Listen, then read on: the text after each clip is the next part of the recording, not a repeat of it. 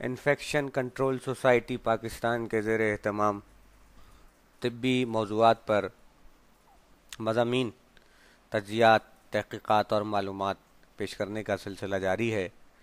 اس سلسلے میں مختلف طبی مسائل پر مضامین پیش کیے جا چکے ہیں۔ اس وقت ہم بالخصوص گفتگو کر رہے ہیں خواتین کے صحت کے مسائل کے حوالے سے، جس کے لیے ہم نے استفادہ کیا پاکستان نیشنل فورم آن وومنز ہیلتھ کے شائع کردہ ایک جریدے، جس کا عنوان تھا جہاں عورتوں کے لیے ڈاکٹر نہ ہوں سے۔ اس جریدے میں بہت سے مفید مضامین شامل کیے گئے اور ہم نے آپ کی خدمت میں پیش کیے۔ انہی مضامین میں ایک موضوع تھا غذا کے حوالے سے، کہ غذا کس طرح انسان کی صحت کو بہتر بنا سکتی ہے، کن کن غذاؤں سے صحت کو بہتر رکھا جا سکتا ہے۔ ہم نے اپنے پچھلے لیکچر میں کچھ کم اور ناقص غذا بیماری کا سبب بنتی ہے، اس عنوان کے تحت کچھ باتیں پیش کیں، ان بیماریوں کے بارے میں بتایا جو کم غذا کے سبب پیدا ہوتی ہیں۔ ہم اسی گفتگو کو آگے بڑھا رہے ہیں کہ غذا کی کمی کی وجہ سے کیا کیا مسائل پیدا ہوتے ہیں اور آگے چل کے کن بیماریوں کا محرک بن جاتے ہیں۔ کچھ معلومات اس حوالے سے آپ کی سماعتوں کی نظر ہیں۔ ہونے والے مسائل خصوصاً خواتین کی صحت کے حوالے سے، اگر کسی عورت کا وزن بہت بڑھ جائے یا وہ بہت چکنائی والی اشیاء کھاتی ہے تو اس کو کئی بیماریاں ہو جانے کا اندیشہ ہو جاتا ہے۔ یعنی یہ وہ غذا ہے کہ جو کم تو نہیں ہے لیکن ناقص ضرور ہے، تو اس سے جو بیماریاں ہوتی ہیں ان میں ہائی بلڈ پریشر، دل کی بیماری، دل کا دورہ، پتے میں پتھری، ذیابطیس یعنی شکر کی بیماری، اور بعض اقسام کے سرطان یعنی کینسر۔ ضرورت سے زیادہ وزن ہونے کی وجہ سے ٹانگوں اور پیروں میں جوڑوں کا درد بھی ہو سکتا ہے۔ بہت زیادہ وزن رکھنے والے افراد کو چاہیے کہ اپنا وزن کم کریں، اس کے لیے ان کو زیادہ ورزش کرنی چاہیے اور اپنی غذا میں چکنائی والی اور میٹھی اشیاء کی جگہ پھل اور سبزیاں لینی چاہیے۔ غذا میں چکنائی کی مقدار کم کرنے کے لیے چند تجاویز ہم آپ کو دے رہے ہیں۔ نمبر 1، جب کھانا پکائیں تو جس حد تک ممکن ہو مکھن، گھی، چربی یا تیل کم سے کم مقدار میں استعمال کریں، یا پھر اس کے بجائے یخنی یا پانی میں کھانا پکائیں۔ پکانے سے پہلے نمبر 2، پکانے سے پہلے گوشت سے چکنائی الگ کر دیں۔ نمبر 3، زیادہ چکنائی والی تیار اسنیکس کی جگہ مثلا چپس اور کریکرز کھانے سے بچیں اور وہ چیزیں کھائیں کہ جو زیادہ چکنائی نہ رکھتی ہوں۔ مثلا پھل آپ کی صحت کے لیے بہت مفید ہیں۔ صحت مند معاشرہ عورت کو صحت مند رہنے میں مدد دیتا ہے۔ صحت مند عورت اپنے خاندان کا اچھی طرح خیال رکھ سکتی ہے اور صحت مند خاندان معاشرے کی زیادہ خدمت کر سکتا ہے۔ ذیابطیس ہونے والی بیماریوں میں سے ایک بیماری۔ ذیابطیس کے مریضوں کے جسم میں شکر کی مقدار بہت زیادہ ہو جاتی ہے۔ اگر یہ بیماری کسی فرد کو کم عمری میں ہو جائے تو عام طور پر اس بیماری کی شدت زیادہ ہوتی ہے، لیکن یہ 40 برس سے زائد عمر کے ایسے افراد میں عام ہے جن کا وزن بہت زیادہ ہو۔ اس کی ابتدائی علامات کچھ اس طرح ہوتی ہیں۔ نمبر 1، ہمیشہ پیاسا رہتا ہے، اکثر پیشاب آنا اور زیادہ مقدار میں آنا، ہمیشہ تھکن رہنا، ہمیشہ بھوک لگنا، وزن میں کمی۔ اس کے بعد کی زیادہ شدید علامات کچھ اس طرح ہوتی ہیں: جلد میں خارش، بینائی دھندلانے کے دور سے گزرنا، ہاتھوں یا پیروں میں محسوس کرنے کی صلاحیت میں کمی، پیروں میں زخم ہونا جو بھرتے نہیں، بے ہوش ہو جانا، یہ انتہائی صورت ہوتی ہے۔ یہ تمام علامات دیگر بیماریوں کی وجہ سے بھی ظاہر ہو سکتی ہیں۔ یہ معلوم کرنے کے لیے کہ آپ کو ذیابطیس ہے یا نہیں، آپ خود بھی اپنے پیشاب کی جانچ یعنی ٹیسٹ کر سکتی ہیں۔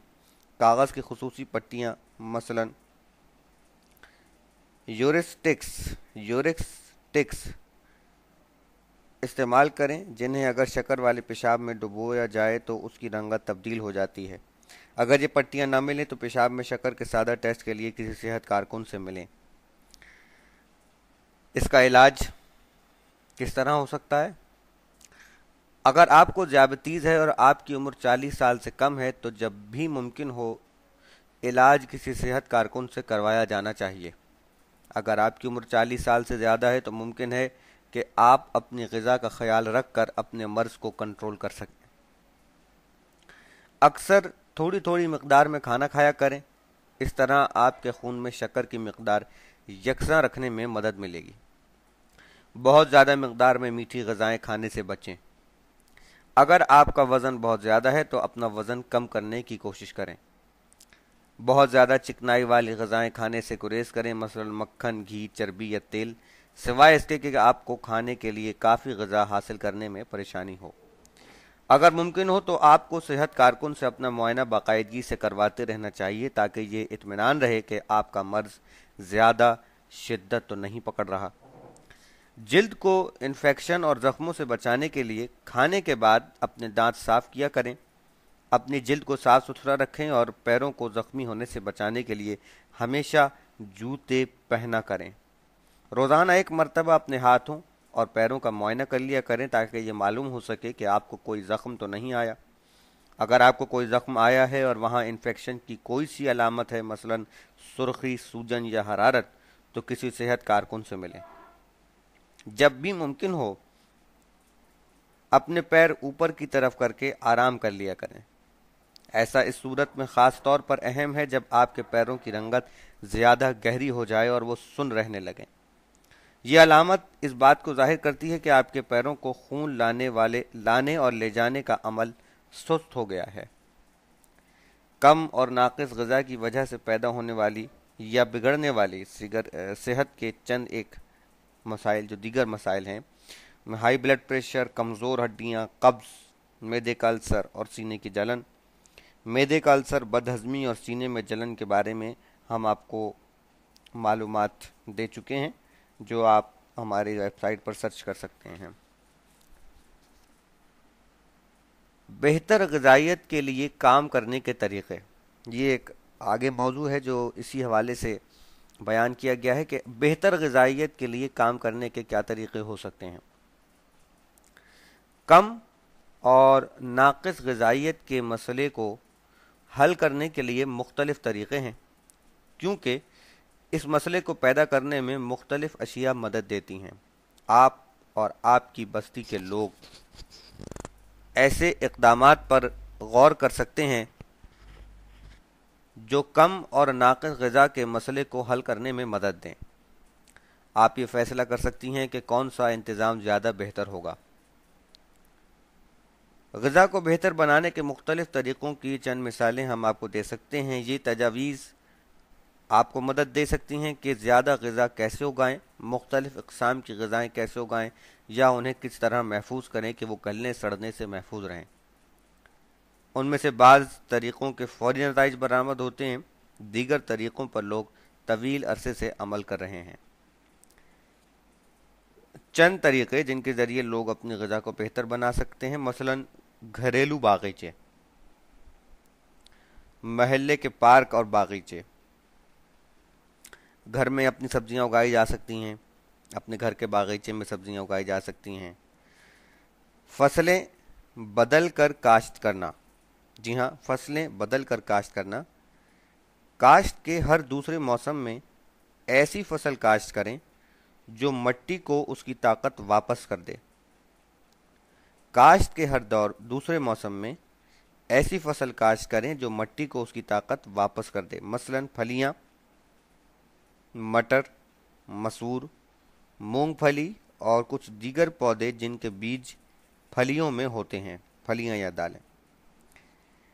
جیسے ایک سال اگر اس سال مکئی کی کاشت کی گئی تو آئندہ سال پھلیوں کی کاشت کیجیے۔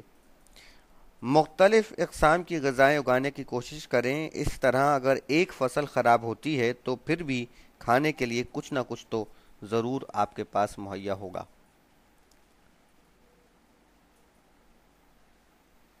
ماہی گیری ایک ذریعہ ہے جس کے ذریعے سے آپ غذا حاصل کر سکتے ہیں۔ غذا کو بہتر طور پر ذخیرہ کرنا۔